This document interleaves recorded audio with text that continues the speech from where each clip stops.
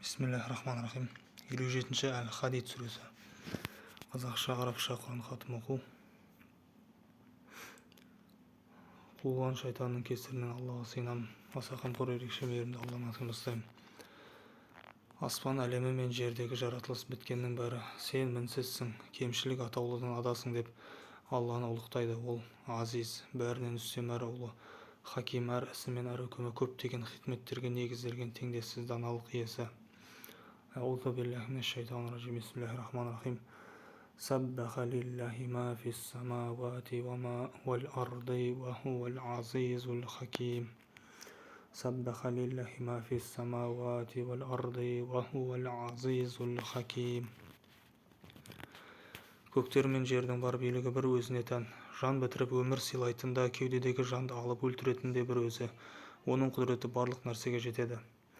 Лаху мулку самавати вал арди юхи ва юмиту ва хуа аля кулли шайин қадир. Әуелде өзі, ахирде өзі, захирде өзі, батинде өзі. Ол барлық нәрсені лайықты түрде біледі. Аяттың алғашқы бөлігіндегі Алланың төрт бірдей көркем есімі аталады. Олар әуел, өзінен бұрын еш нәрсе болмаған ұлы жаратушы; ахир, өзінен кейін еш нәрсе болмайтын ұлы жаратушы; захир,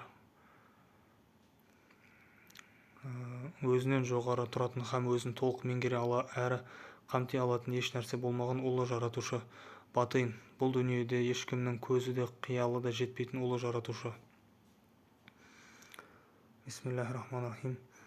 Хуал аувалу вал ахиру вал захиру вал батину ва хуа бикулли шайин алим. Ол аспан әлемі мен жерді 6 күнде жаратты. Содан кейін аршқа истуа етті, яғни аршқа шексіз билігін жүргізді. Аршпен бірге күллі жаратылыс атаулыны толық меңгеріп шексіз үкімін жүргізді. Ол жауын суымен егілген тұқымдар сияқты жерге енген нәрселер мен су және өсімдік сынды жерден шыққан нәрселердің, сондай-ақ жауын-шашын, жарық және періштелер сынды көктен түскен нәрселер мен бұл пенделердің дұғалары мен құлшылықтары сынды көкке көтерілген нәрселердің бәрін біледі. Әсілі сендер қайда болсаңдар да ол сендермен бірге. Алла сендердің не істеп не қойып жүргендеріңді толық көріп тұрады.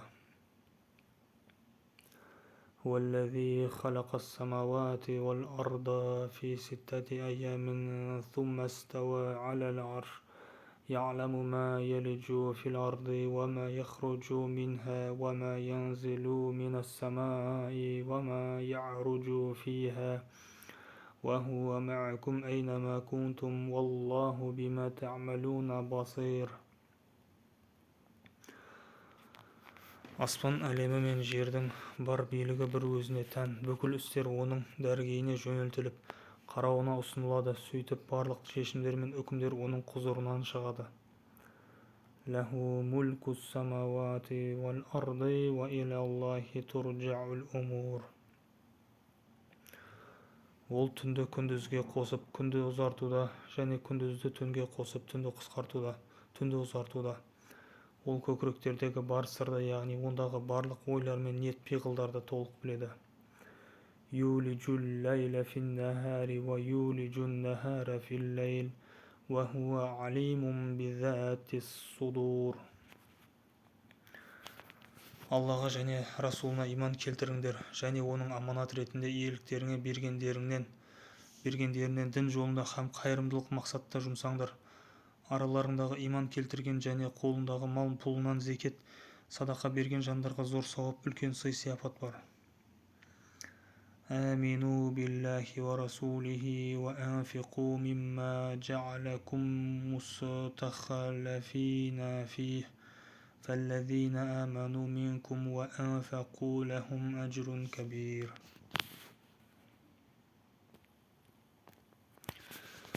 Сендерге не болған? Алла елшісі сендерді Раббыларыңа иман етуге шақырса да, Аллаға лайықты түрде иман етпейтіндерің қалай?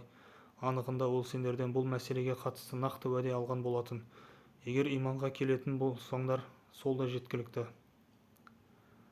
وَمَا لَكُمْ لَا تُؤْمِنُونَ بِاللَّهِ وَالرَّسُولُ يَدْعُوكُمْ لِتُؤْمِنُوا بِرَبِّكُمْ وَقَدْ أَخَذَ مِيثَاقَكُمْ إِن كُنتُم مُؤْمِنِينَ. Алла сендерді ой-сананы, жүректі әрі жан дүниені шырмайтын тас қараңғы түнектерден жарық нұрға шығару үшін құлына анық аяттарды түсіруде. Шүбәсіз Алла сендерге өте мейірбан, сондай жанашыр һәм ерекше мейірімді. هو الذي ينزل على عبده آيات بينات ليخرجكم من الظلمات إلى النور وإن الله بكم لرؤوف رحيم. Күллі аспан әлемі мен жердің бар мұрасы бір Аллаға тиесілі болып, ондағы барлық нәрсе түбінде Аллаға қалатынын біле тұра, неліктен Алла жолында зекет садақа бермейсіңдер? Араларыңдағы алдағы барлық жеңістердің басы болған ұлы жеңістен бұрын дүние мүлкін дін жолында жұмсаған әрі соғысқан жандар өзгелермен тең болмайды. Олар ұлы жеңістен кейін дүние мүлкін дін жолында жұмсаған әрі соғысқандардан дәреже жағынан әлдеқайда биік тұрады. Олар ұлы жеңістен кейін дүние мүлкін дін жолында жұмсаған әрі соғысқандардан дәреже жағынан әлдеқайда биік тұрады. Дегенмен Алла олардың барлығына да ең керемет сый, жұмақ пен кешірім уәде етеді. Алла сендердің не істеп, не қойып жүргендерінен толық хабардар.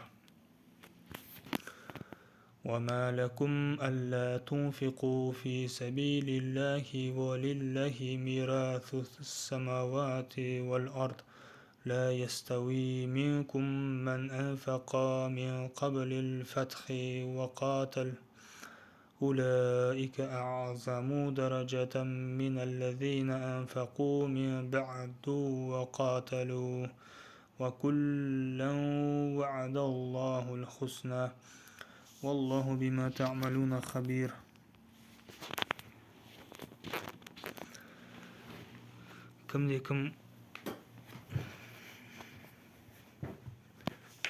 Кімде-кім Аллаға жақсы қарыз берсе, яғни мал дүниесінің бір бөлігін Алла разылығы үшін дін жолында және қайырымдылық мақсатта жұмсаса, Алла оның берген қарызын еселеген үстіне еселеп қайтарады. Сондай-ақ ол үшін әсте ортаймайтын сондай керім сый да бар. مَنْ ذَا الَّذِي يُقْرِضُ اللَّهَ قَرْضًا حَسَنًا فَيُضَاعِفَهُ لَهُ وَلَهُ أَجْرٌ كَرِيمٌ. Сый-сияпат күні мүмін ерлер мен мүмін әйелдерді алдары мен оң жақтарында нұрлары жарқыраған күйде жұмаққа қарай ынтыға адымдап бара жатқанын көресің. Оларға: бүгін қуана беріңдер, міне сендер үшін ішінде мәңгі бақи қалатын жайқалған жасыл бауларының арасымен және зәулім сарайларының түбінде өзендер ағып жататын жәннат бақшалары делінеді. Зор жетістік, толайым табыс деген міне осы. يَوْمَ تَرَى الْمُؤْمِنِينَ وَالْمُؤْمِنَاتِ يَسْعَى نُورُهُمْ بَيْنَ أَيْدِيهِمْ وَبِأَيْمَانِهِمْ بُشْرَاكُمُ الْيَوْمَ جَنَّاتٌ تَجْرِي مِنْ تَحْتِهَا الْأَنْهَارُ خَالِدِينَ فِيهَا ذَلِكَ هُوَ الْفَوْزُ الْعَظِيمُ. Сол күні екі жүзді ерлер мен әйелдер мүміндерге: бізге қараңдаршы, нұрларың бізге де жұқсын деп жалынатын болады. Сонда оларға: егер қолдарынан келсе артқа дүниеге қайтыңдар да нұрды сол жақтан іздеңдер делінеді. Сол кезде араларына қақпасы бар бір дуал тұрғызылады. Оның мүміндер болған ішкі жағында шексіз рақым, ал сыртында азап болады. يَوْمَ يَقُولُ الْمُنَافِقُونَ وَالْمُنَافِقَاتُ لِلَّذِينَ آمَنُوا انظُرُونَا نَقْتَبِسْ مِنْ نُورِكُمْ قِيلَ ارْجِعُوا وَرَاءَكُمْ فَالْتَمِسُوا نُورًا فَضُرِبَ بَيْنَهُمْ بِسُورٍ لَهُ بَابٌ بَاطِنُهُ فِيهِ الرَّحْمَةُ وَظَاهِرُهُ مِنْ قِبَلِهِ الْعَذَابُ. Екі жүзділер мүміндерге: дүниеде біз де сендермен бірге болмап па едік деп үн қатады. Сонда мүміндер оларға: иә, солай еді, алайда сендер өз-өздеріңе кесір қылдыңдар. Қайтер екен, мүміндердің мерейі үстем болар ма екен, жоқ әлде кәпірлер мықты шығар ма екен десіп, үнемі әліптің артын бағумен болдыңдар. Күдік пен күмәннан еш арылмадыңдар және Алланың нұры қайткен күнде де сөнеді деген құр қиялдарың мен жалған үміттерің сендерді үнемі алдарқатты. Ақырында Алланың пәрмені жетіп ажал құштыңдар. Сөйтіп қулығына құрық болмайтын әзәзіл шайтан көңілдеріңе Алла жайлы жаман ойлар салып, бәріңді алдап соқты. ينادونهم ألم نكن معكم قالوا بلى ولكنكم فتنتم أنفسكم وتربصتم وارتبتم وغرتكم الأماني حتى جاء أمر الله وغركم بالله الغرور. Sadaqallahul azim. 14-ші аяттың соңы.